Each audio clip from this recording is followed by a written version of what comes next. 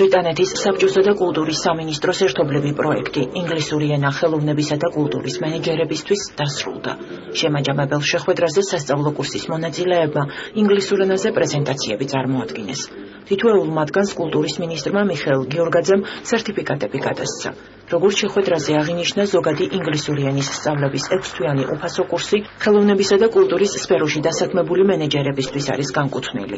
Am წლის მაისში ბრიტანეთის საბჭოსთან ერთად ჩვენ საპილოტო პროექტი დავიწყეთ, რომელიც გულისხმობს ინგლისური ენის სწავლებას კულტურის სფეროში მოღვაწე მენეჯერებისთვის, იმისთვის რომ ასე ვთქვათ, მათ საშუალება მიეცეთ როგორც ადგილობრივ, ისე თავის უცხოელ პარტნიორებთან კიდევ უფრო კომუნიკაციის საშუალება კონდეთ უფრო მეტი და უფრო მეტი საინტერესო საერთაშორისო პროექტები განახორციელონ. დღევანდელი ღონისძიების ფარგლებში აღნიშნავს წარმატებით დასრულებას პროექტისა, რომელიც განხორციელდა საქართველოს კულტურის სამინისტროსა და ბრიტანეთის საბჭოს თანამშრომლობით. ეს პროგრამა გახლავთ ინგლისური ენა ხელოვნებისა და კულტურის სექტორის მენეჯერებისთვის.